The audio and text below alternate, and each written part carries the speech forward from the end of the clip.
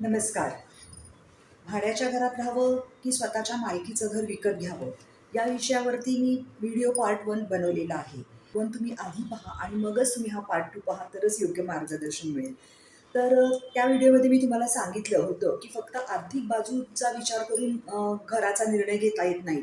घर भाड्याचं असावं की स्वतःच्या मालकीचं असावं हा निर्णय घेताना 3 मुद्द्यांचा विचार करावा लागतो. एक तर आर्थिक, दुसरं सामाजिक आणि तिसरं भावनिक. तर उगाच लांबलचक व्हिडिओ बनवायचा आणि शेवटी तुम्हाला थांबवून ठेवायचा निर्णय ऐकायला, ते मला पटत नाही. म्हणून मी तुम्हाला आधीच माझा निर्णय असं देते की माझ्या मते भाड्याच्या घरापेक्षा स्वतःच्या मालकीचं घर हे नेहमीच उत्तम असतं. आता त्याचे मी तुम्हाला कारणं पण सांगू शकते आणि भाड्याचं घर आणि स्वतःचं घर याच्यातला सुवर्णमध्य कसा काढायचा हेही तुम्हाला मी सांगते. तर कृपया व्हिडिओ पूर्णपणे ऐका. तर घर भाड्याचं असावं किंवा स्वतःचं याची आर्थिक बाजू आधी आपण विचारात घेऊया.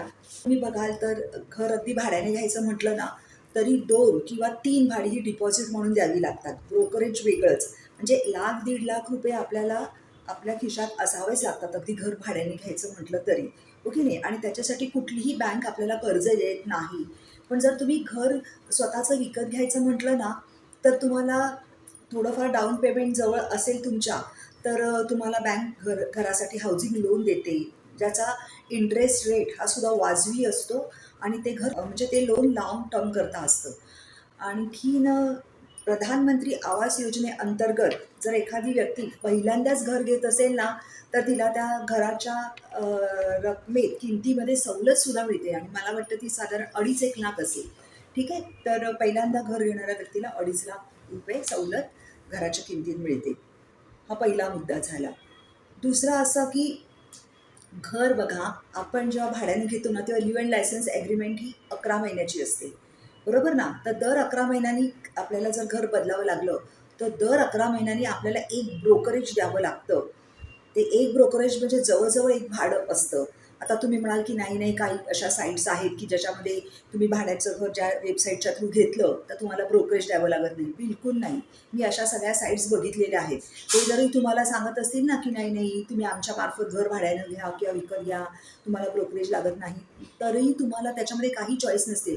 थोडीफार घरं तुम्ही शोधली ना त्या साईटमधनं, की लगेच ते तुम्हाला एक स्वतःचं भलं मोठं असं पॅकेज घ्यायला सांगतात आणि ते पॅकेज घेऊन पण तुम्हाला चांगलं घर मिळण्याची गॅरंटी नसतेच. त्यामुळे या साईट्सपेक्षा तुम्हाला घर योग्य आणि चांगलं मिळण्याचं असेल, तर तुम्हाला ब्रोकरची मदत घ्यावीच लागते आणि एक भाडं तुम्हाला ब्रोकरेजही द्यावंच लागतं. ठीक आहे? तर आणखीन दुसरं मी तुम्हाला गेल्या व्हिडिओत सांगितलं होतं, की रेंट हे वाढतच जातं. मुंबई आणि पुण्यासारख्या शहरामध्ये 10% स्टँडर्ड रेट आहे. दर 11 महिन्यांनी जेव्हा आपण leave and licence agreement renew करतो, तेव्हा 10% स्टँडर्ड रेट वाढत जातो रेंटचा.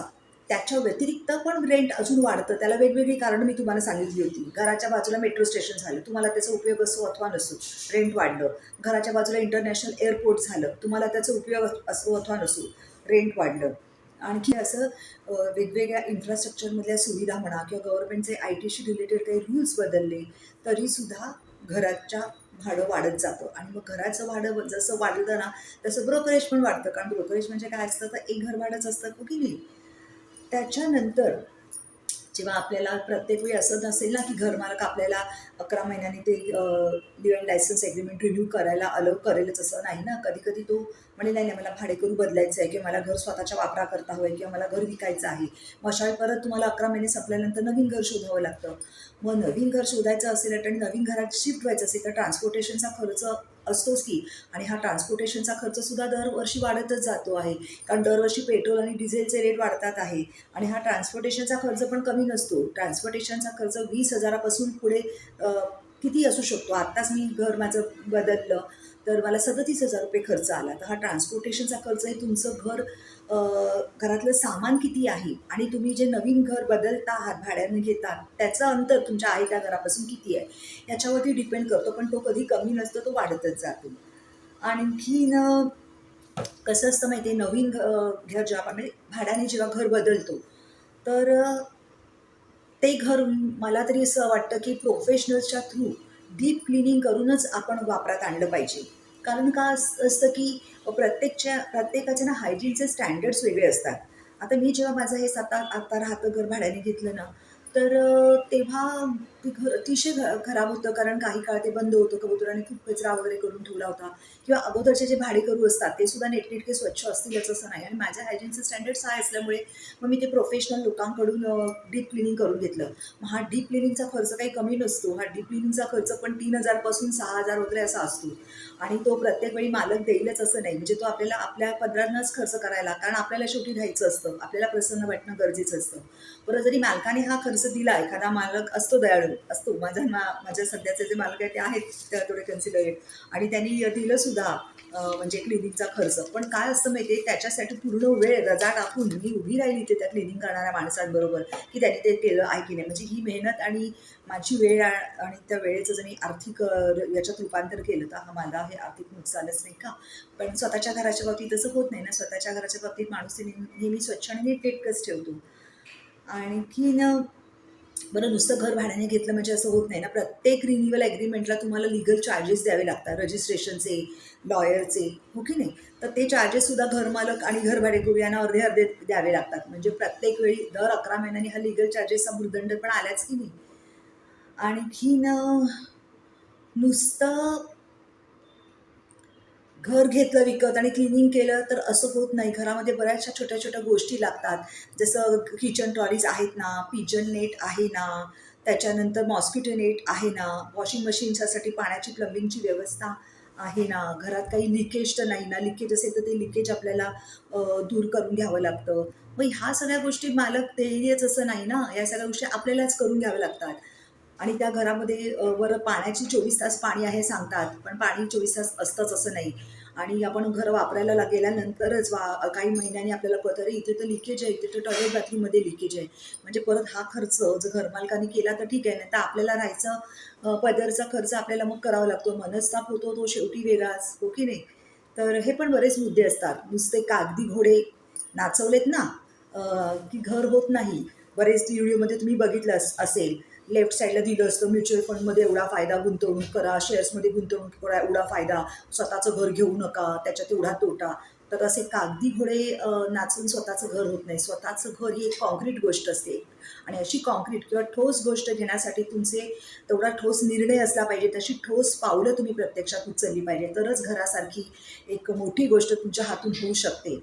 स्वतःचं घर घेण्यासाठी किती कष्ट आणि किती समाधान आहे, हे तीच व्यक्ती सांगू शकेल ज्याने स्वतःचं घर विकत तरी घेतलंय किंवा स्वतःचं घर बांधलं तरी आहे. तर अशा काही गोष्टी लोकांशी तुम्ही बोला, म्हणजे नक्कीच तुम्हाला कळेल. एक झाडू अडकवायला सुद्धा एखादा खिळा आपल्यालाच ठोकावा लागतो. सुपडी असते ना, कचरा गोळा करतो, तिची सुद्धा सोय आपल्यालाच करावी लागते. असं घर असं छोट्या छोट्या गोष्टींनी होतं हो. नुसतं कागदावरती हिशोब म्हणल्याने घरं नाही होत. ठीक आहे. त्यामुळे उगाचच यूट्यूबवर कोणीतरी सांगतो तर त्याला त्याच्या यूट्यूबसाठी कंटेंट हवे असतात, पण त्याच्यात खरंच आपलं भलं आहे की नाही हे तुम्हीच नको का ठरवायला. नंतर मागच्याच व्हिडिओ मध्ये मी तुम्हाला सांगितलं होतं की हे सगळे जे खर्च आपण करतो ना, कितीतरी खर्च मी सांगितले ना, rent, legal charges, transportation charges, खूप खूप ब्रोकरेज, हे सगळे खर्च असतात. त्याचा आपल्याला काहीच उपयोग होत नाही. हे सगळे आपल्या पाकिटातून जातात, आपल्याला काहीच उपयोग होत नाही. फायदा काहीच होत नाही. मग फायदा कोणाला होतो? मालकाला होतो. फायदा कोणाला होतो? ब्रोकरला होतो. कारण मालकाचं इन्कम वाढत जातं, ब्रोकरचं इन्कम वाढत जातं. आपलं काहीच नाही होत. आपल्या खिशातनं फक्त पैसे जातच राहतात, आणि आपण तो आयुष्यभर घरमालक आणि आपण आयुष्यभर काय राहतो? भाडेकरू राहतो. पण EMIचं तसं होत नाही. EMI काय होतं? कमी कमी कमी कमी होत जातं. एक वेळ अशी येते की लोन संपतं आणि आपण त्या घराचे मालक होतो. आता ही झाली या घर या बाबतीतली आर्थिक बाजू. बऱ्याचशा आर्थिक बाजूंचा उहापोह आपण गेल्या व्हिडिओत केला आहे, त्यामुळे आता परत मी तो नव्याने करत नाहीये वेळेअभावी. ठीक आहे. सामाजिक आर्थिक बाजू आपण बघितली, घर स्वतःचं असावं किंवा भाड्याचं, याची आर्थिक बाजू आपण बघितली. आता दुसरी बाजू कुठली? तर सामाजिक बाजू. तर सामाजिक बाजूमध्ये बघा कसं असतं माहितीये, आजकाल आहे ना, आजकाल तुम्हाला माहिती आहे ना, लग्नाला जेव्हा आपल्या घरातलं कोणी उभं राहतं, मुलगा किंवा मुलगी, तेव्हा आपल्या लक्षात येतं की मुळातच मुलींचं प्रमाण कमी आहे आणि मुलांचं प्रमाण जास्त आहे. आणि मुली इतक्या शिकलेल्या आहेत, करिअरिस्टिक आहेत, आणि त्यामुळे लग्नाला ना मनाजोगती मुलगी मिळणं किंबहुना मुलगी मिळणंच आजकाल कठीण झालेलं आहे. आणि मग मुलींच्या अटी पण खूप असतात, कारण त्या एक चांगलं लाईफ जगून आलेल्या असतात आणि तेच लाईफ त्यांना लग्नानंतर कंटिन्यू करायचं असतं. त्या त्यांच्या जागी बरोबरच असतात. त्यामुळे बरेचदा लग्नाच्या वेळी ही अट घातली जाते की होणाऱ्या नवऱ्या मुलाचं स्वतःच्या मालकीचं घर असायला हवं. आणि ज्याचं स्वतःचं घर नाही ना, त्याला मुलगी मिळणं खरंच कठीण होतं. कारण मी सांगते ना, पालक जेव्हा एखाद्या घरी मुलीला घेऊन जातात, मुलाच्या घरी जातात, आणि हुशार पालक काय करतात माहितीये, ते मुळीच म्हणजे सांगत नाही की नवऱ्या मुलाला की तुम्ही आमच्या घरी या. ते काय सांगता, नाही नाही, आम्ही तुमच्या घरी येतो, तुमच्या घरी बघण्याचा प्रोग्राम होऊ दे. कारण शेवटी मुलीला लग्नानंतर तुमच्या घरी राहायचं, तर ते घर कसं आहे तिला कळायला नको का? त्यामुळे घर हा एक महत्त्वाचा फॅक्टर झाला लग्न जमवताना. आणि दुसरं, मग असे पालक हुशार तर असतातच, ते काय करता, येता येता खाली ते सोसायटीने बघा सगळ्यांचं नेमप्लेट लावलेली असते नाही का, ओनरची. तर तिथे ते बघतात, तर फक्त ओनर्सचंच नाव तिकडे त्या नेमप्लेटवरती असतं ग्राउंड फ्लोअरला, आणि जे रेंटवर राहतात त्यांचं नसतं. त्यामुळे हुशार पालक तिकडेच ओळखून जातात की हे घर या माणसाचं स्वतःचं नाही आहे. त्यामुळे तुम्ही खोटं सुद्धा बोलू शकत नाही. आधी कुठलंही नातं खोट्यावर आधारित नसावंच, पण तरी पण मी सांगते, कोणाला असं वाटलं की नाही आपण खोटं बोलून वेळ मारून देऊ आणि नंतर भविष्यात तर आपण घर घेऊच, तसं होत नाही. पालक पण हुशार असतात, मुली पण हुशार असतात. तर स्वतःचं घर हे त्याच्यासाठी गरजेचं असतं. लग्न जमवताना तो एक महत्त्वाचा फॅक्टर आहे. दुसरा असा फॅक्टर असा आहे की दुसरा असा फॅक्टर आहे की स्वतःच्या घरात राहणाऱ्या माणसाला ना एक स्वतःची अशी प्रतिष्ठा असते. बघा, तुम्ही किती महागाची गाडी फिरवा, है ना, तुम्ही किती हिऱ्यांचे वगैरे दागिने घाला आणि ते मिरवा, पण जेव्हा लोकांना कळतं ना की तुमचं स्वतःचं घर नाही आणि तुम्ही भाड्याच्या घरात राहतात, तेव्हा या सगळ्या वरवर केल्या जाणाऱ्या भपक्याला काहीच अर्थ उरत नाही. जो स्वतःच्या घरात राहतो त्यालाच सामाजिक प्रतिष्ठा आहे, भाड्याच्या घरात राहणाऱ्याला नाही. हे कायम लक्षात ठेवा. नंतर काय होतं माहिती, जोपर्यंत राजा राणीचा संसार आहे तोपर्यंत भाड्याचं घर ठीक होतं. पण जसं जसं मुलं होतात ना, मग त्यांना बेबी सिटिंगला कुठे ठेवायचं हा प्रश्न असतो. त्यांची शाळा एकदा चालू झाल्या की मग कसं आहे, भाड्याचं घर नाही जमत, मग तिकडे तुम्हाला कुठेतरी एका ठिकाणी स्थिर राहणं गरजेचंच असतं. त्यामुळे राजा राणीच्या संसारापुरतं भाड्याचं घर ठीक आहे, पण जोपर्यंत तुम्हाला मुलं वगैरे जोपर्यंत होणार ना, तोपर्यंत तुमचं स्वतःचं घर असणं फार गरजेचं आहे. आणखीन होतं काय माहिती, ठीक आहे, चला, मुलं लहान असेपर्यंत तुम्ही एक वेळ चला राहायला भाड्याच्या घरात हरकत नाही. पण जेव्हा मुलं टीनेजमध्ये होतात ना, तेव्हा त्यांचे स्वतःचे चॉईसेस असतात. त्यांना ना नाही आवडत की त्यांची शाळा, त्यांचे ते ठराविक मित्रमंडळी सोडून दूर जाणं त्यांना आवडत नाही. म्हणून मला तुम्हाला कृपया असं सांगायचं आहे की तुम्ही असे काही आर्थिक नियोजन करा की मुलं जन्माला येण्या अगोदर किंवा मुलं टीनेजमध्ये जाऊन त्यांची स्वतःची मतं व्यक्त होण्याआधीच तुमचं स्वतःचं घर असणं भविष्यात फार गरजेचं आहे. आणखीन आणखीन एक गोष्ट आहे की ना, स्वतःच्या घरामध्ये ना तुम्ही काही सुधारणा करू शकतात. तुम्ही ते घर तुम्हाला राहायला किती कम्फर्टेबल होऊ शकतं तसं करू शकतात, हो की नाही. पण भाड्याच्या घरामध्ये बघा, साधं रंग लावायचा म्हटलं, काही सुधारणा करायचं म्हटलं, तर तुमच्या मनात काय विचार येतो, नाही नाही जाऊ दे ना, भाड्याचं तर घर आहे, कुठे खर्च करायचं, बघू आपलं घर झालं की करू. त्यामुळे तुम्ही एक चांगली लाईफस्टाईल पण नाही जगू शकत. नाही चांगली लाईफस्टाईल तुम्ही जगू शकत. आणि दुसरं म्हणजे ना, सतत तुमच्या डोक्यामध्ये हे हॅमरिंग आहे, हे तर घर भाड्याचंच आहे, हे तर घर भाड्याचं आहे, हे थोडं आपलं घर आहे. आणि मग त्या एका भावनेतून आहे ना, ती एक भावना ना तुमच्या लाईफमध्ये इतर डिसिजन मेकिंगवरती पण बॅड इफेक्ट क्रिएट करते. तर भावनिक बाजूंमध्ये आपण ह्या गोष्टीचा परत नव्याने विचार करूच. आणखी दुसरं काय असतं माहिती आहे की मालक कधीही म्हणजे व्हिजिट करू शकतो तुमच्या घरी. अ, कारण का, ॲग्रीमेंटमध्ये तो एक क्लॉजच असतो की बाबा विथ प्रायर नोटीस आम्ही येणार, व्हिजिट करणार. त्यामुळे तुम्हाला स्वतःची अशी प्रायव्हसी पण नाही राहत भाड्याच्या घरामध्ये. ठीक आहे. आणखीन मला वाटतं की मगाशी मी जे तुम्हाला काही आर्थिक मुद्दे सांगितले ना, त्या आर्थिक मुद्द्यामध्ये अ, एक दोन गोष्टी राहिल्या आहेत, त्या मी तुम्हाला प्लीज सांगते. की बघा, स्वतःचं घर असलं ना की ते भविष्यामध्ये ना आपण मुलांच्या शिक्षणासाठी वगैरे सुद्धा मॉर्गेज ठेवू शकतो आणि पैसा उभा करू शकतो. किंवा एखाद्या व्यक्तीला म्हातारपणी काहीच साधन नसेल उत्पन्नाचं, तर ते स्वतःचं घर तो रिव्हर्स मॉर्गेज ठेवून सुद्धा स्वतःला उत्पन्नाचं एक साधन निर्माण करू शकतो. तर मला वाटतं आतापर्यंत मी आर्थिक आणि सामाजिक घराशी रिलेटेड सगळे मुद्दे कव्हर केलेले आहेत.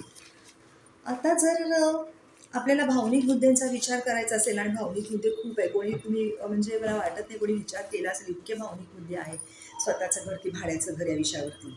सगळ्यात पहिला मुद्दा म्हणजे स्वतःचं घर हे तुम्हाला स्थैर्य देतो. आणि मगाशी मी म्हटलं ना, साधा रंग काढायचा असेल काही तुम्हाला सुधारणा करायची असेल तर सतत एक तो भुंगा तुमच्या डोक्याला असतो, अरे रे आपलं थोडं घर आहे, आपलं थोडं घर आहे, कशाला खर्च करा, आपलं थोडं घर आहे. आणि मग तुम्ही कायम एका अस्थिर मनस्थितीत राहतात आणि त्या अस्थिर मनस्थितीत असला ना की तुम्ही आयुष्याचे इतर निर्णयसुद्धा तेवढ्या शांत चित्ताने नाही घेऊ शकत. ठीक आहे. त्यामुळे अस्थिरता असते रेंटच्या घरात आणि स्वतःचं घर तुम्हाला काय देतं, स्थैर्य देतं. दुसरं म्हणजे स्वतःचं घर तुम्हाला एक भावनिक सुरक्षा देतं. हो ना, भाड्याच्या घरात राहणाऱ्या माझ्या बऱ्याच मित्रमंडळींनी मला सांगितलं की नाही नाही थोडं नाही म्हटलं ना तरी डोक्यावरती एक टेन्शन असतंच की बाबा कधी घर मालक सांगेल की नाही नाही तुम्ही खाली बा, हे घर मला विकायचं आहे किंवा मला माझ्या स्वतःच्या वापरासाठी हवं आहे, किंवा घर मालक अव्वाच्या सव्वा भाडं वाढवेल आणि जर ते मला परवडत नसेल तरी तो मला या घरातनं घालवू शकतो. हा, आता लॉक इन पिरियड हा त्याच्यावरती एक तात्पुरता उपाय असतो, पण लॉक इन पिरियड काय 3 मंथ्स किंवा 6 मंथ्स असतो की नाही. म्हणजे ही भावनिक सुरक्षितता ही कायम तुम्हाला त्रासदायक ठरू शकते, की जे तुम्ही स्वतःचं घर असेल तर तसं नसतं. ती कायम तुम्हाला घर एक सुरक्षा देतं, हो की नाही. आणि सुरक्षित माणूस आहे ना तो बऱ्यापैकी लाईफमधले वेगवेगळे निर्णय चांगल्या पद्धतीने घेऊ शकतो. ठीक आहे. नंतर असतं की स्वतःचं घर असलं ना की सतत ते बदलत आपण नाही राहत. त्यामुळे आजूबाजूचा आपला शेजार, आजूबाजूची माणसं, आपण ज्या माणसांशी आर्थिक व्यवहार करतो, मग तो दूधवाला असो, भाजीवाला असो, किराणा माल असो, त्या सगळ्यांशी हळूहळू ना आपलं एक नातं तयार होत जातं. आणि शेवटी आपण एक सामाजिक प्राणी असल्यामुळे ना आपल्याला हे सगळं आवडतं, समाजात मिसळणं. त्याच्यामुळे सुद्धा आपल्याला एक भावनिक सुरक्षितता मिळते, की जी भाड्याच्या घरात शक्य नसते. आणखीन सेल्फ फुलफिलमेंट. मी जन्माला आली, मी स्वतःचं घर विकत घेतलं, ह्याच्यामध्ये माणसाला एक खूप खूप स्वतःविषयी एक आदर निर्माण करणारी, अभिमान निर्माण करणारी ही गोष्ट असते आणि त्यामुळे त्याच्या व्यक्तिमत्वात सुद्धा खूप छान बदल होतो, की कारण का त्याचं कॉन्फिडन्स लेवल वाढते. तर असं स्थैर्य, स्थिरता, सुरक्षा आणि व्यक्तिमत्वामध्ये चांगला बदल हे फक्त आपल्याला आपल्या मालकीचं स्वतःचं हक्काचं घरच देऊ शकतं. आता हे सगळे मी तुम्हाला मुद्दे सांगितले. मग माझं वैयक्तिक मत काय ह्या विषयावरती, की स्वतःचं घर असावं की भाड्याचं घर असावं, आणि हे वैयक्तिक मत देण्याचा मला अधिकार काय आहे? तर मला अधिकार आहे, कारण मी आत्तापर्यंत 10 ते 12 घरं बदललेली आहे. आणि त्याच्यातली मी म्हटलं ना 2 घरं भाड्याची होती. आता मग तुम्ही मग तुम्ही स्वतः अगदी म्हणतात की नाही नाही स्वतःचं घर असावं, मग तुम्ही भाड्याच्या घरात का राहिला? तर त्या त्या परिस्थितीत मी भाड्याच्या घरात राहिली. तर आता माझा वास्तू प्रवास या विषयावरती मी एक वेगळा व्हिडिओ बनवेलच. पण आत्ता फक्त त्यातला स्वतःचं घर आणि भाड्याचं घर हाच मुद्दा मी तुमच्याबरोबर डिस्कस करते. ठीक आहे. आणि माझं मत मी सांगते आणि मग मला ह्या विषयावर मत मांडण्याची का अथॉरिटी मिळाली हेही तुम्हाला कळेल.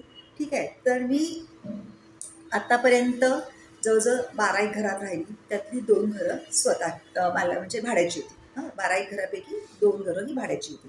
तर तसं झालं की माझं लग्न वयाच्या 23व्या वर्षी झालं. आणि माझं लग्न हे आंतरजातीय लग्न असल्यामुळे लग्नाआधीच आम्हाला सांगितलं गेलं की तुम्ही अ, वेगळं राहा. तुम्ही तुमचं स्वतःचं घर घ्या आणि तिथे तुम्ही वेगळं राहा. ठीक आहे. त्यामुळे मला स्वतःचं घर घेणं भाग पडलं. त्यावेळी माझ्याकडे जेवढे फंड्स होते म्हणजे माझ्या खिशात ना त्यावेळी फक्त 5,000 होते. ही गोष्ट आहे 1992 मधली. तर माझ्याकडे फक्त 5,000 होते माझ्या खिशात आणि माझ्या एम्प्लॉयरची मी कायम ऋणी आहे, की त्याने मला वरचं लोन दिलं आणि वसईसारख्या ठिकाणी माझं स्वतःचं घर झालं. आणि मी त्यावेळी 23 वर्षाची होती, तरी मला माझे असे ठाम विचार होते आणि तो ठाम विचार असा होता, की मला लग्न का करायचं आहे, पण मी चुकूनसुद्धा भाड्याच्या घरात राहणार नाही किंवा मी चुकूनसुद्धा ऑफिसर्स क्वार्टर्समध्ये राहणार नाही. मी माझ्या हक्काच्या घरात राहणार. भले मग ते घर कितीही लांब असो, कितीही गैरसोयीचं असो, मला कितीही येण्या-जाण्याचा ऑफिसच्या ठिकाणी जायचा यायचा त्रास होऊ दे, पण मी माझ्या स्वतःच्या घरात राहणार. कारण मग मला हे योग्य वाटलं माझं मत पुढे. कारण बघा बरेचदा काय होतं माहिती आहे, की काही लोकं ना भाड्याच्या घराशी तर पण बोलू, पण कधी-कधी एम्प्लॉयर सुद्धा घर प्रोव्हाईड करतो, क्वार्टर्स प्रोव्हाईड करतो. आणि मी बघितलं आहे, की नंतर मला हे जाणवलं, की बरीच लोकं एम्प्लॉयर्सनी प्रोव्हाईड केलेल्या क्वार्टर्समध्ये राहतात आणि अशी क्वार्टर्स ना नेहमी चांगल्या ठिकाणी असतात. चांगल्या बिल्डरच्या म्हणजे रहिजा, हिरानंदानी अशा ठिकाणी सुद्धा अशी क्वार्टर्स असतात. सगळे सुखसुविधा असतात.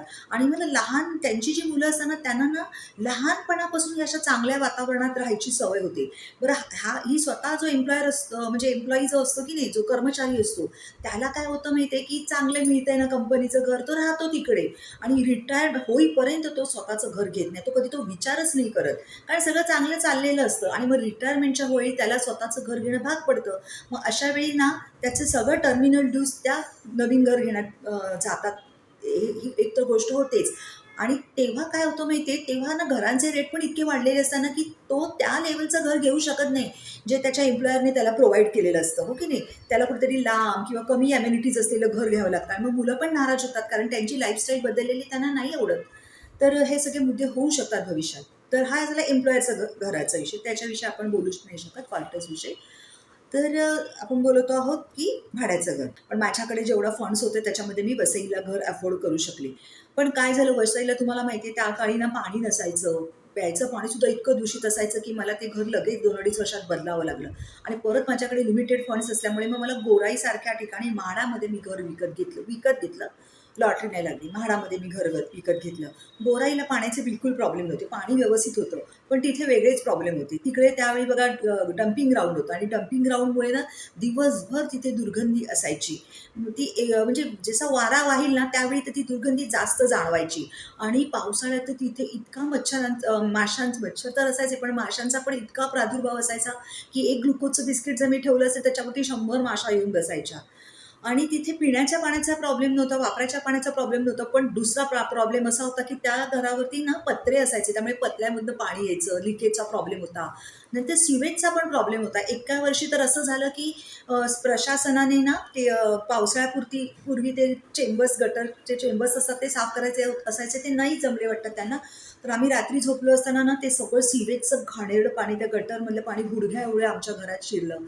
आणि मग आम्हाला तर खरंच खूप त्रास झाला. म्हणजे आगीतून सुटून आम्ही कुठे आलो, कुफट्यात आलो. मग आम्ही ते घर विकलं आणि मग आम्ही ते घर विकून आहे ना चांगला फ्लॅटमध्ये घर घेतलं. पण परत पैशाचं तोकडे असल्यामुळे पैसे आम्हाला ग्राउंड फ्लोअरला घर घ्यावं लागलं. हे घर खरंच खूप सुंदर होतं, गार्डन रिटर्न सगळं चांगलं होतं. पण त्या घरामध्ये काय होतं, ग्राउंड फ्लोअरला घर असल्यामुळे ना तुम्हाला माहिती आहे 2005ला त्या घरामध्ये जो पूर आला ना त्याच्यात कमरे इतकं पाणी साठलं. मग मात्र आम्हाला तेही घर विकावं लागलं. आणि त्याच्यानंतर जे आम्ही घर घेतलं ते जरा उंच फ्लोअरवरती होतं, छान 2 BHK होतं आणि मनाजोगतं होतं आणि त्या घरात आम्ही खूप काळ राहिलो. ठीक आहे. तर पण ह्या सगळ्या घराच्या प्रवासाने मला काय शिकवलं माहिती आहे, ह्या घराच्या प्रवासाने ना मला फायनान्शियल डिसिप्लिन दिलं. कारण सतत हाऊसिंग लोनचा हप्ता भरायचा असतो, हे डोक्यात होतं. मी बँक ऑफ बडोदातनं लोन घेतलं होतं तेव्हा आणि बँक ऑफ बडोदावाल्यांनी मला किचेन दिलं होतं आणि मॅनेजरने सांगितलं होतं, बघा मॅडम, जेव्हा तुम्ही लॉक उघडाल ना तेव्हा या किचनमुळे तुमच्या कायम लक्षात राहील की तुम्हाला बँकेचा हप्ता वेळेवर भरायचा आहे. तर त्यामुळे घरात ते डोक्यामध्ये असायचंच की आपल्याला EMI हा वेळेतच भरायचा आहे. त्यामुळे मला एक फायनान्शियल डिसिप्लिन लागलं. मी माझे खर्च मर्यादितच ठेवले. वायफळ खर्च नाही केले मी. आणि हळू का होईना पण मी आयुष्यात प्रगती करत गेली. मी माझ्या मनाजोगतं एक घर घेतलं आणि जेवढी संकटं माझ्यावरती आली ना, त्या संकटाने मला खूप आणि माझ्या कुटुंबियाला खूप कणखर बनवलं आणि कुटुंबात माझ्या एकजूट निर्माण केली आणि मला एकजुटीचं, फॅमिलीचं महत्त्व कळलं आणि एक छान असं एक प्रशंसा माझ्या मुलीच्या म्हणजे वर्गमित्रांनी केली की your family is closely knitted family. म्हणजे तुझ्या फॅमिलीमध्ये, तुझ्या कुटुंबात नात्याची वीण अगदी घट्ट आहे. तर ही घट्ट नात्याची वीण ही आपल्याला फक्त स्वतःचं घर देऊ शकतो, भाड्याचं नाही. त्यामुळे किती संकट आली ना तरी मी भाड्याच्या घरात कधीच नाही गेली. मग तुम्ही म्हणाल भाड्याच्या घरात 2 भाड्याची घरे कशी केली तुम्ही? तर एक भाड्याचं घर मी तुम्हाला म्हटलं ना की जेव्हा मी वसईचं घर विकलं म्हणजे ते सहज नाही विकलं गेलं. तर मला तिकडे खूप पिण्याच्या पाण्याचा त्रास होता. म्हणून मी म्हटलं आता हे घर विकलं जात नाही ना, मग तोपर्यंत तरी का होईना आपण भाड्याने गोराईला जाऊया. आणि म्हणून मग मी थोड्या काळ म्हणजे भाड्याने गोराईला गेली. म्हणजे घर घेतलं गोराईला भाड्याने आणि त्याची कलश पूजा झाली इतक्यात माझं स्वतःचं घर पण विकलं गेलं वसईचं. ठीक आहे. मग मी म्हटलं चला आपण आता गोराईतच घर घेऊया आणि ते घर मी थोडंसं त्याच्यात रिनोव्हेशन करूया आणि तोपर्यंत आपण भाड्याच्या घरात राहूया. अनायसे भाड्याचं घर घेतलंच आहे, हो की नाही. मग जसं माझं वसईचं घर विकलं गेलं, मी गोराईतच स्वतःचं घर विकत घेतलं आणि त्या घरामध्ये काही रिनोव्हेशन होईपर्यंत मी त्या गोराईच्या भाड्याच्या घरात जवळजवळ 3 महिने राहिली. तिथे पण मला खूप छान लोकं मिळाली आणि खरंच एक छान अनुभव होता तो सुद्धा. वाईट असं त्याच्यात काहीच नव्हतं. एक ते डम्पिंग ग्राउंडचा वाईट अनुभव सोडला तर. तर हे झाले भावनिक फायदे. आणखीन एक घराचा भावनिक फायदा असा की तुम्ही बघतात की घर आहे ना बरेचदा आपल्याला आधार देतं. जसं आपल्याला मोठी माणसं आधार देतात, आई-वडील आधार देतात ना, तसं वास्तुपुरुष म्हणतो आपण त्याला. तर हा वास्तुपुरुष किंवा घर हे सुद्धा आपल्याला आधार देतं. तुम्ही बघाल कितीतरी वयस्कर माणसं ज्यांची मुलं कामाधंद्यानिमित्त लांब आहे किंवा काही तर अशी वृद्ध माणसं ना फक्त त्या घराच्या आधाराने, त्या घरातल्या आठवणीच्या आधाराने एकटं राहतात आणि आनंदित राहतात. नुसते एकटं नाही राहत, आनंदित राहतात. कारण ते घर त्यांना आधार देतं. त्याने वर्षानुवर्ष त्या घरात ते राहिलेले असतात. असं नाही की भाड्याचं घर बदललं, सारखं बदललं. वर्षानुवर्ष ते घरात राहिलेले असतात. त्या घरातल्या त्यांच्या चांगल्या आठवणी असतात.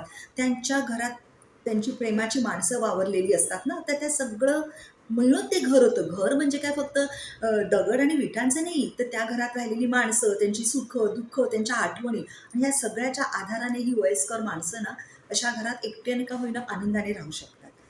हा एक फायदा असतो. तर हा बघा तुम्ही कोणी या फायद्याचा कधी म्हणजे विचार केला आहात का या मुद्द्याचा, फायद्यापेक्षा या मुद्द्याचा. नंतर मग मी म्हणते की ठीक आहे, म्हणजे मी त्या काळात आली, म्हणजे माझं वय अबव 45 आहे. पण मी त्या काळात जन्मली आणि त्या काळात घराच्या किमती खरंच खूप कमी होत्या म्हणून मी घर घेऊ शकले. मी एक नाही अनेक घरं घेतली आहे. मी हाऊसिंग लोन घेऊन घरं घेतली आहे. एक हाऊसिंग लोन मी घेतलं, एक घर घेतलं आणि ते हाऊसिंग लोन फेडण्याइतके पैसे माझ्याकडे आले, तरी मी ते हाऊसिंग लोन फेडलं नाही. मी काय केलं, दुसरं घर घेतलं. आता तुम्ही म्हणाल काय मूर्खबाई आहे? नाही, तसं नाही. मला माझे स्वतःचे प्रत्येकाचे फायनान्स चे वेगळे वेगळे विचार असतात. मी असा विचार केला की ठीक आहे ना, मी कमवते तोपर्यंत मी हप्ता भरू शकते. पण एक काळ असा होईल की मी वयाच्या मानाने मी रिटायर होईल. तेव्हा मग मला ह्या घराचं रेंट वापरता येईल. तर माझे स्वतःचे वेगळे फायनान्सचे हे होते आणि तसं तसं मी वागली, तसं तसं मी केलं आणि त्या काळात मी घरं घेतली म्हणून माझी घरं तरी झाली. आता तर घर घेणं शक्यच नाही. त्यामुळे आता मी तरुण पिढीला सांगते, नाही घर घ्या, घर घ्या, घर घ्या. पण खरंच त्यांना ते शक्य आहे का? घराच्या किमती एवढ्या वाढल्या आहे. मग मी जर आत्ताच्या काळात जन्मली असती, तर मग मी काय केलं असतं? मग मी काहीतरी माझी वेगळी स्ट्रॅटेजी केलीच असती ना. मग ती स्ट्रॅटेजी काय असते? तर मी तुम्हाला सांगते, की मागच्याच व्हिडिओमध्ये मी तुम्हाला सांगितलं होतं, की म्युच्युअल फंड आणि स्टॉक्स ही एक चांगली गुंतवणूक आहे, हो की नाही? आणि घर ही एक चांगली गुंतवणूक आहे, हो की नाही? ते दोन्ही गुंतवणूक आपापल्या जागी आहे. उगाचच त्या दोन्ही गुंतवणुकीमध्ये मारामारी करण्यात काही अर्थ नाहीये. तर दोन्ही गुंतवणुकी एकमेकीला पूरक आहे एकमेकांना आणि काहीतरी सुवर्णमध्ये आपण नेहमी गाठायचं असतो. प्रत्येक वेळी भांडण्यात अर्थ नसतो, की म्युच्युअल फंड चांगलं, शेअर चांगलं, की घर चांगलं, भाड्याचं घर चांगलं, की स्वतःचं घर चांगलं. नाही, भांडायचं नसतं. एक सुवर्णमध्य काढून नेहमी आयुष्यात पुढे जायचं असतं. तर मग मी काय सुवर्णमध्य केला असता? तर मी असं केलं असतं, की बघा घर घ्यायला डाऊन पेमेंट तर लागतंच की नाही आणि डाऊन पेमेंट पण लाखातच असतं. डाऊन पेमेंट असल्याशिवाय कुठली बँक लोन देत नाही. मग हे लाखातलं डाऊन पेमेंट मी कुठून उभं केलं असतं? तर शेअर्समधून उभं केलं असतं. शेअर्स बघा तुम्हाला अगदी तुम्ही नीट अभ्यासपूर्वक शेअर घेतला ना, तर अगदी ₹5 मग पुढे किती हजारो रुपयाचे शेअर्स असतात, हो की नाही? तर नीट अभ्यासपूर्वक असं नाही की बाबा दुसऱ्याच्या मताने निर्णय घेतला, असं नाही. स्वतः आपल्या कष्टाचे पैसे. तर आपण नीट अभ्यास करून असे थोड्या पैशातली थोडी गुंतवणूक पण वाढत नेली ना नीट म्युच्युअल फंड आणि शेअर्समध्ये, तर ते सुद्धा आपल्याला चांगला परतावा देतं. तर मी अशा प्रकारे डाऊन पेमेंट जमा केलं असतं आणि त्याच्यानंतर मी हाऊसिंग लोन घेऊन घर हे घेतलंच असतं. अगदी नक्की ठाम. बरं, मग तुम्ही म्हणाल, "ठीक आहे हो मॅडम, पण आता मुंबईसारख्या ठिकाणी कठीण आहे ना घर घेणं स्वतःचं, सोपं नाही. करोडो पैसे कुठून उभे करायचे?" पण तुमचा हा अट्टाहास का, की आपल्याला मुंबईतच राहायचं आहे? बरोबर आहे ना, काम आणि धंदा असतो तेव्हा शक्य आहे मुंबईतच राहायला पाहिजे. पण अदरवाईज आफ्टर रिटायरमेंट मुंबईत राहायलाच पाहिजे असं नाही, हो की नाही? आणि मग मी समजा नवीन पिढीत असली आणि बघा, मला सध्याच्या नवीन पिढीचं, आपल्या तरुण पिढीचं खूप वाईट वाटतं, कारण त्यांचे वर्किंग अवर्स खूप आहेत आणि त्यांना पाहिजे तशा सुट्ट्या नाही आहेत. म्हणून त्यांनी गरजेचं आहे की कामाधंद्याच्या ठिकाणी भाड्याने राहायचं.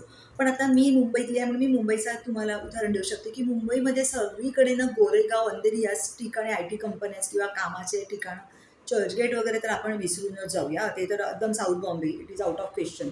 पण एक साधारण मध्यमवर्गीय माणसांचा माझ्यासारखा जर विचार केला, तरी पण बघा ना, अंधेरी आणि गोरेगावसारखेच जास्त ठिकाणी एम्प्लॉयमेंट अपॉर्च्युनिटीज जास्त आहेत.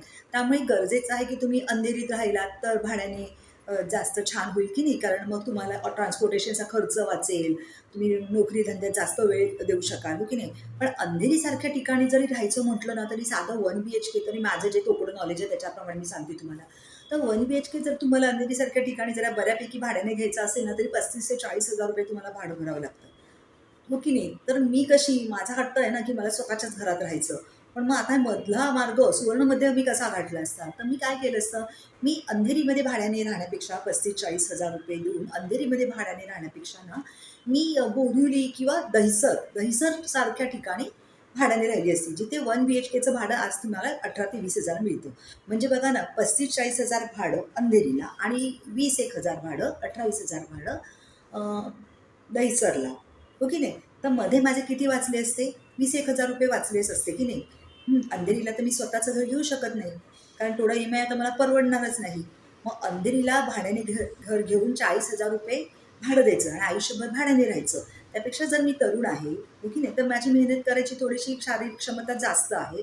तर मी काय केलं असतं, दहिसरला वगैरे असं 1 BHK भाड्याने घेतलं असतं. कारण दहिसरला पण मेट्रो आहे, तुम्ही अंधेरीला उतरू शकता. त्यामुळे माझ्या भाड्यातला जो 20,000 रुपये वाचला असतं ना भाडं, तर 20,000 मी EMI देऊ शकेल एवढं मी हाऊसिंग लोन घेतलं असतं आणि मी पनवेल, न्यू बॉम्बे किंवा वसई, नायगाव या साईडला स्वतःचं घर घेतलं असतं. हो, हे होऊ शकतं. जर तुम्ही थोडीशी कल्पकता ठेवली, थोडंसं सर्च मारला, थोडी मेहनत केली ना, तर हे नक्की होऊ शकतं. आणि मग ते वसई किंवा नायगावचं साईडचं घर किंवा पनवेलचं घर हे मी भाड्याने दिलं असतं. परत म्हणजे त्या 20,000 मधलं पण माझं आउटगोईंग कमी झालं असतं ना, कारण त्या वसई किंवा पनवेलच्या घराचं मला थोडं भाडं पण मिळालं असतं.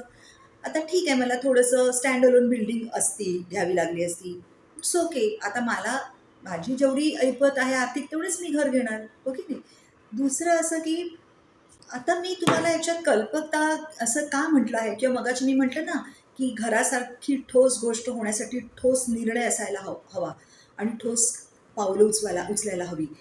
तर ह्याच्यासाठी बघा हल्ली तुम्ही व्हिडिओ बघता मॅनिफेस्टेशन याच्याविषयी की जे तुम्हाला हवं आहे त्याचा तुम्ही विचार करा तर ती गोष्ट खरी होते. आणि कुठल्यातरी पिक्चरचा डायलॉग पण आहे ना, कायनात तुम्हाला ती गोष्ट देते त्याचा तुम्ही विचार करता. काय असतं माहिती आहे, जर मी ठरवलं ना, नाही नाही मला काही त्रास नको आहे, मला काही कष्ट नको आहे, मी आपल्या भाड्याच्या घरात ऑफिसच्या जवळ राहील, तर तुम्ही तशीच तुमची विचार होता आणि तशीच तुमची कृती होते, हो की नाही? पण तुम्ही हे विसरतात की म्हातारपणीचं काय? म्हातारपणी मी कुठे राहायला जाऊ? ते एक घर तर तुम्हाला असणं गरजेचंच आहे की नाही?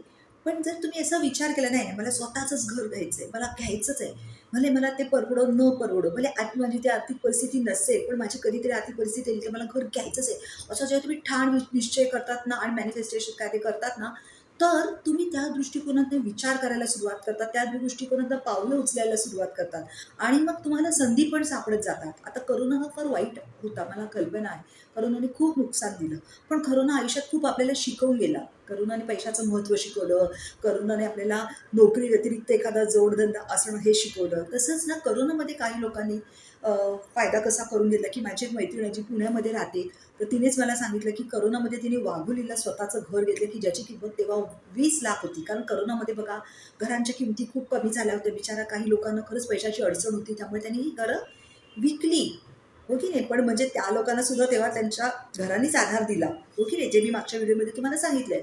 तर ही जी माझी मैत्रीण होती ना, हिच्या डोक्यात पण होतंच ना, की ठीक आहे मी आज भाड्याने राहते आहे.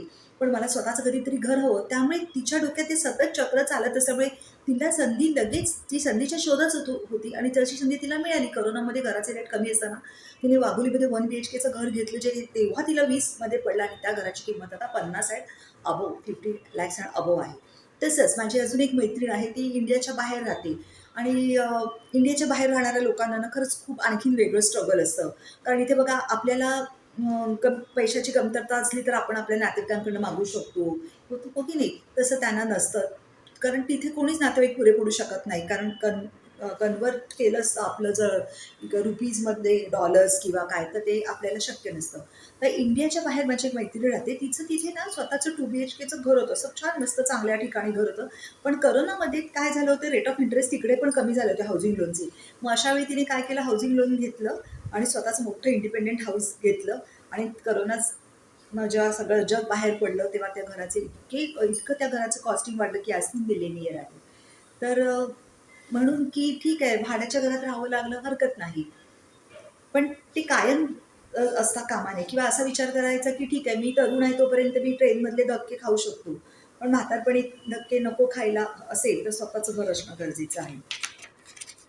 आणखीन काही काही लोकांच्या बाबतीत काय होतं माहिती आहे, की त्यांच्याकडे ना डाउन पेमेंट अगदी खिशात सुद्धा असतो, पण तरी त्यांची स्वतःची घरं होत नाही. मग ते का हो मॅडम, तुम्ही म्हणाल असं का?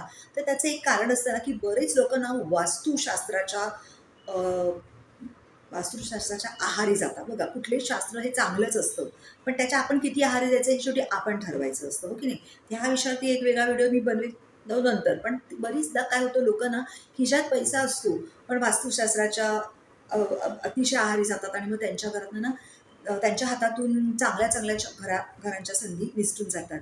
किंवा कधी कधी काय असतं माहिती आहे, लोकांचं ना स्वतःच्या घराच्या खूप कल्पना असतात. हा, मग माझं स्वतःचं घर म्हणजे ते असं पाहिजे, 2 BHK पाहिजे, त्याला ह्या दिशेचं हवं, त्याला असाच हवा हवी, असा प्रकाश हवा, ह्या सगळ्या अम्युनिटीज असायला हव्या. बरोबर आहे, ते पण ते एक स्वप्न असतं ना. ते स्वप्न वास्तवात आणण्या इतकंच पैसे तुमच्या खिशात आहेत का? नाही. मग ते वास्तव आणि स्वप्न ह्याची ते सांगड घालू शकत नाही, आणि मग त्यामुळे त्यांचं स्वतःचं घर होत नाही. तर ही सांगड घालणं गरजेचं आहे. आपल्या खिशात किती पैसे आहेत, आपल्या आर्थिक ऐपत काय आहे, आणि त्या आपल्या लिमिटेड फंड्समध्ये आपण काय बेस्ट घर घेऊ शकतो ते घर तुम्ही घ्या ना. असं नाही की ते तुमचं घर आयुष्यातलं शेवटचं घर असेल, हो की नाही? ते घर तुम्ही घ्या. कालांतराने तुमच्याकडे पैसे येतील किंवा तुम्ही हे घर विका आणि तुमच्याकडचे पैसे आणि घेऊन नवीन तुमच्या मनासारखं घर तुम्ही घेऊ शकाल ना. पण तुम्ही म्हणाल मी पैसे सेव्ह करीन आणि मग कधीतरी घर घेईल, तर इम्पॉसिबल. किंवा मी म्युच्युअल फंडामध्ये पैसे साठवीन, शेअर्समध्ये पैसे साठवीन आणि 20 वर्षांनी घर घेईल. कठीण आहे, कठीण आहे. ठीक आहे. कारण ऍपल आणि ऑरेंजेसचं आपण कम्पॅरिझन करू शकत नाही. घराच्यासाठी घराचीच कम्पॅरिझन होऊ शकते ना. म्हणून एखादं घर जर असेल तुमच्याकडे, तर ते घर विकून थोडेसे पैसे अजून घालून तुम्ही दुसरं घर घेऊ शकता. तर घराची कम्पॅरिझन घराशीच होऊ शकते. नंतर आणखीन बरेचदा माणसाचं काय होतं, म्हणजे मी ह्या पिढीतली असती तर मी काय केलं असतं. मी गेल्या पिढीतली होत आहे, तरी पण मी घराच्या बाबतीत ना थोडा आर्थिक पण विचार केला, की असं बरेचदा काय होतं, म्हणजे विशेषतः मराठी माणसाचं, की एखाद्याची ऐपत असेल ना, 3 करोडचं घर घ्यायचं, तर तो 3 करोडचं घर घेतो. आणि बस एक घर झालं, मनाजोगतं एक घर झालं, की त्याच्या आयुष्याची इति कर्तव्यता झाली. भरपूर. 3 करोडचं घर. मी हाऊसिंग लोन घेतलं आणि 3 करोडचं घर घेतलं. आहे, अशी माणसं माझ्या बघण्यात आहे. एक घर असणं म्हणजे आपल्या मराठी माणसाला त्याच्या आयुष्याची इति कर्तव्यता वाटते. ठीक आहे? तर आयुष्याचं एक मोठं शेवटचं एम, बस आयुष्यात आता दुसरं काही नाही मी केलं तरी हरकत नाही. मी मोठं काम केलं, की इति कर्तव्यता झाली, की मी एक स्वतःचं घर घेतलंय. पण जर माझ्याकडे 3 करोड असतील, म्हणजे म्हणजे हाऊसिंग लोन घेऊ असो किंवा स्वतःचं घर घेऊन असो, तर मी असं करणार नाही. म्हणजे मराठी माणसाचं कसं असतं, की 3 करोडमध्ये मी दादरमध्ये घर घेतलं. माझं दादरमध्ये घर आहे. मी दादरमध्ये घर घेतलं, 3 करोडचं घर घेतलं. झालं आयुष्य एकदम मस्त. पण मी स्वतः दादरमध्ये वाढली आहे. मलाही दादरविषयी खूप खूप प्रेम आहे, ते कधीच कमी होणार नाही. पण जेव्हा माझ्या पैशाची गुंतवणूक करायचा विचार येईल ना, तर मी 3 करोडचं घर दादरमध्ये घेण्यापेक्षा ना, मी 2 करोडचं घर अंधेरीमध्ये घेईन. आणि 1 करोडचं घर, म्हणजे आता मी खरं सांगू, सेंट्रल सबअर्बनला ना खूप चांगले पर्याय आहेत, खूप चांगले पर्याय आहेत.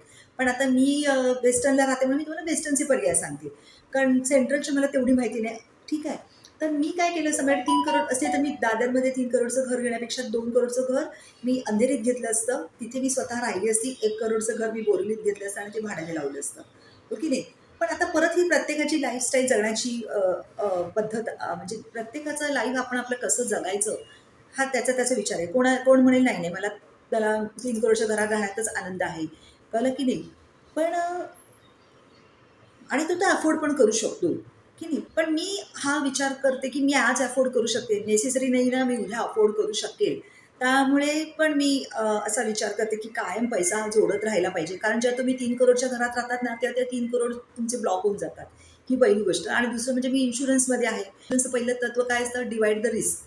हो की नाही? तर रिस्क पण डिव्हाइड होतं ना, कारण माझीच एक मैत्रीण आहे, की तिचं घर रिडेव्हलपमेंटला गेलं आणि ते रिडेव्हलपमेंट खूप रखडलं आणि आजतागायत तिला ते रिडेव्हलपमेंटचं घर मिळालं नाही. पण हे जर तिची 2 घरं असती, तर ती दुसऱ्या घरात राहू शकली असती की नाही? त्यामुळे असं मी वेगवेगळ्या प्रकारे माझ्या गुंतवणुकीचा विचार करत असते. घरात राहायचं असेल तर हरकत नाही. आयुष्यभर भाड्याच्या घरात राहा. पण म्हातारपणी ते शक्य होणार नाही. म्हातारपणी तुम्ही किती कुठे असं ते म्हणतात ना, विंचवाचं बिराड घेऊन कुठे कुठे फिरत राहणार. ते तुम्हाला शक्य होणार नाही शारीरिक स्थितीमुळे, हो ना? म्हातारपणी इन्कम बंद झालेलं असणार, तर तुम्हाला आर्थिकदृष्ट्या पण ते शक्य होणार नाही. तर फक्त तुम्ही आजचा विचार करू नका की आज मला ऑफिस जवळ राहायचंय म्हणून. तुम्ही भविष्याचा विचार करा, तुम्ही वृद्धापकाळाचा विचार करा. आणि घराच्या बाबतीत तर तुम्ही हा विचार कराच की माझा वृद्धापकाळ मला कुठे जायला आवडेल आणि त्या ठिकाणी तुम्ही स्वतःचं घर घ्या. जसे मागच्या व्हिडिओमध्ये मी तुम्हाला सांगितलं की मी नाशिक प्रिफर करेन, कारण नाशिकमध्ये सगळ्या गोष्टी आहेत. तर तुम्ही भाड्याने कुठेही राहा, मुंबईत राहा, पुण्यात राहा, पण स्वतःचं घर तुम्ही 2 टायर सिटीमध्ये का होईना जरूर घ्या. जरूर घ्या, असं माझं म्हणणं आहे की जगाच्या पाठीवर कुठेतरी का होईना तुम्हाला स्वतःचं घर हवं. जसं ध्रुवाचं अढळपद आपण म्हणतो ना, की ध्रुवाने काय सांगितलेलं की मला अशी जागा दे की मला जिथून कोणी उठवू शकणार नाही. तर मला माझ्यासाठी स्वतःचं घर म्हणजे ध्रुवाचं अढळपद, की जिथे तुम्हाला कोणीच जा सांगणार नाही. ठीक आहे. आता घराचा विचार करताना जर आपण वास्तुशास्त्राचा विचार केला, कारण बरेचदा घर भाड्याने घेताना किंवा विकत घेताना ना वास्तुशास्त्रानुसार घर ते असावं असा लोकांचा आग्रह असतो. तर वास्तुशास्त्राच्या दृष्टिकोनातनं विचार करता माझा वास्तुशास्त्राचा सुद्धा अभ्यास आहे. तर त्याच्या दृष्टिकोनातनं जर काही गोष्टी मी तुम्हाला सांगितल्या किंवा घर या बाबतीत माझं काय वैयक्तिक मत किंवा माझे काय वैयक्तिक विचार आहेत किंवा वैयक्तिक भावना आहेत, तर त्या अशा आहेत की आपण ज्या घरात राहतो ना, त्या घरातल्या भिंती त्या घरात राहणाऱ्या माणसांच्या भावना ॲब्झॉर्ब करत असतात. मग त्या सुखाच्या असो किंवा दुःखाच्या असो. त्यामुळे तुम्ही जेव्हा एखाद्या घरात राहायला जातात नवीन, मग ते भाड्याचं असो किंवा स्वतःचं असो, ते ॲटलिस्ट व्हाईट वॉश करा, असं मला वाटतं. दुसरं म्हणजे माझा स्वतःचा असा अनुभव आहे की काय रे अभि? पेंट करा, व्हाईट वॉश काय ओके. काय शांतपणे व्हाईट वॉश म्हणतात त्याला, व्हाईट पेंट व्हाईट वॉशच म्हणतात त्याला. बरं ठीक आहे, मी परत हा घेते विषय. बरं, घराचा विचार करताना मग ते घर भाड्याचं असो किंवा स्वतःचं असो, आपण वास्तुशास्त्राला विसरून चालणार नाही. कारण भाड्याचं घर किंवा स्वतःचं घर घेताना ते घर वास्तुशास्त्राप्रमाणे असावं असा लोकांचा आग्रह असतो. तर ह्या दृष्टिकोनातून माझे काय विचार आहेत, कारण माझा वास्तुशास्त्राचा अभ्यास आहे. तर ह्या दृष्टिकोनातून माझे काय विचार आहेत आणि घर या विषयावरचे माझी काय भावना आहेत, त्या व्यक्त करताना मला तुम्हाला हे सांगायचं आहे की तुम्ही जेव्हा एखाद्या घरात शिफ्ट ते मी तुम्हाला सांगते. माझं असं मत आहे की आपण ज्या घरात राहतो, ज्या घरामध्ये ज्या व्यक्ती राहतात, त्या व्यक्तीच्या भावभावना त्या घराच्या भिंती ॲब्झॉर्ब करत असतात, स्वतःमध्ये शोषून घेत असतात. मग त्या भावना सुखाच्या असो किंवा दुःखाच्या असो. त्यामुळे तुम्ही एखाद्या घरात शिफ्ट व्हाल, मग ते घर स्वतःचं असो किंवा भाड्याचं असो, त्याला साधं एक व्हाईट पेंट सिम्पलचा एखादा कमी खर्चाचा, जर तुम्हाला शक्य नसेल तर कमी खर्चाचा करा, पण जरूर एक छोटंसं पेंटिंग त्या घराला करा. त्या घराला पेंटिंग करा आणि मगच त्या घरात तुम्ही राहायला जा. ही एक गोष्ट. म्हणजे त्या अगोदरच्या भावभावनांचा तुमच्या लाईफवरती काही चांगला किंवा वाईट परिणाम होणार नाही. तुम्हाला स्वतःचं आयुष्य स्वतंत्रपणे वेगळं जगता येईल. दुसरं असं माझा असा अनुभव आहे की घराला सुद्धा स्वतःचं एक व्यक्तिमत्व असतं आणि ते व्यक्तिमत्व त्या घरातल्या ज्या व्यक्ती राहताना त्यांच्यापासून त्या घराला मिळतं. आता माझ्या बाबतीत विचार करायचा झाला तर मला असं वाटतं की माझे जे पती he is very strong personality आहे. त्यामुळे एकूणच त्या घराचा ऑरासुद्धा एकदम स्ट्रॉंग आहे.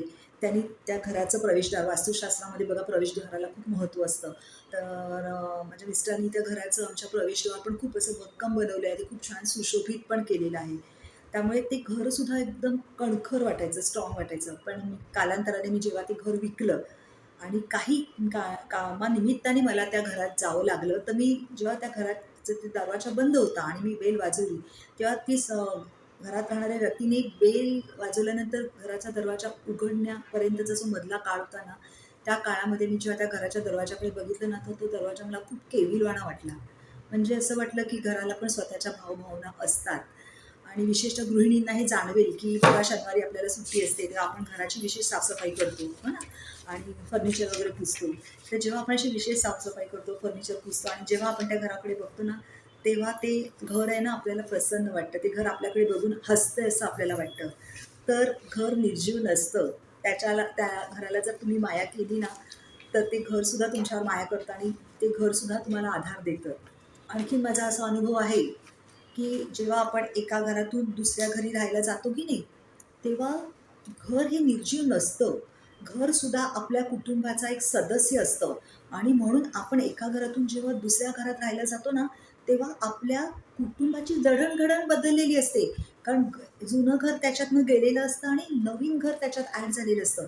त्यामुळे आपण जेव्हा जुनं घर एखादं सोडून दुसऱ्या घरात राहायला जातो ना, तेव्हा आपल्या कुटुंबातल्या व्यक्तींच्या नात्यांमधलं जे इक्वेशन असतं ना, ते सुद्धा काही काळ बदलतं. हा माझा स्वतःचा अनुभव आहे.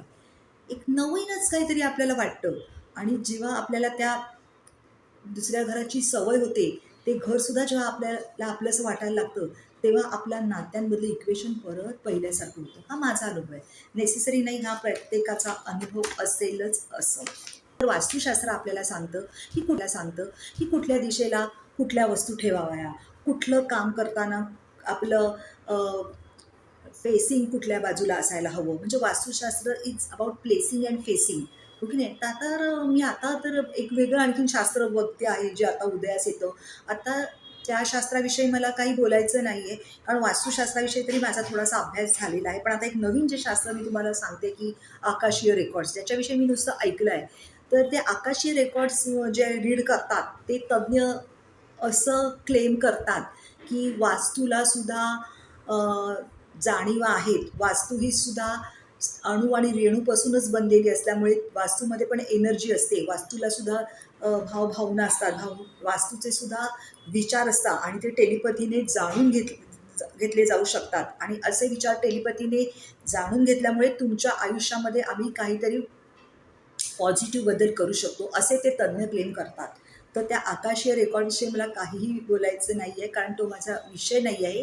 पण वास्तुशास्त्राचा माझा अभ्यास असल्यामुळे वास्तुशास्त्र किती खरं, किती खोटं या विषयाचा मी व्हिडिओ घेऊन लवकरच तुमच्यापुढे येईनच. पण आत्तापुरतं तरी माझं मत असंच आहे, की फक्त कागदी घोडे नाचवून घर होत नसतं. स्वतःचं घर असण्यासाठी एक ठोस निर्णय असावा लागतो. एक ठोस आपल्याला दिशेने का पावलं उचलावी लागतात आणि फक्त स्वतःच्या मालकीचं घरच आपल्याला स्थैर्य आणि आनंद देऊ शकतं. बघा तुम्हाला पटल्यात का हे विचार? नसेल पटले तर प्लीज कमेंटमध्ये लिहा. धन्यवाद.